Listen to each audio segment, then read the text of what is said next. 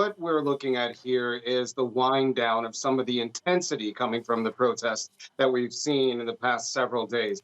The president has sent home the National Guard, or at least 200 members of the National Guard, back to the state of Utah, indicating that that intensity is waning. And with curfews that have been ended in New York and DC, we're seeing a slowdown of protesters, especially when it comes into the evening, where we saw an intensity pick up and some criminal activity in prior days. We're not seeing that at all. And there were no arrests in Washington, D.C. on Saturday, which was the biggest day of protesting this weekend when tens of thousands were in the streets and protesting for an end to police brutality, for police reform. Many stood in solidarity with George Floyd, with Breonna Taylor, with Ahmaud Arbery, and many others who lost their lives to either policing or what's being called as white policing.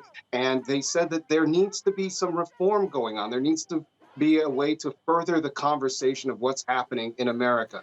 There were people on the street, not just protesting, but people handing out food, people just giving kind words to each other, water, hand sanitizer, of course, as would be the mode right now amid a pandemic. But all of this to say, it seems that things have calmed down quite a bit from what we have seen in prior days. We're now seeing a change in some of the chanting, not just for the end of police brutality, but for defunding the police. And for many, that has different iterations. But for Minneapolis, it's a little bit more definitive, where they want to dismantle police as we know it. And that's the department in reconfiguring how people are going to be policing their communities. Now, this can mean a number of things. One of those things is more community policing.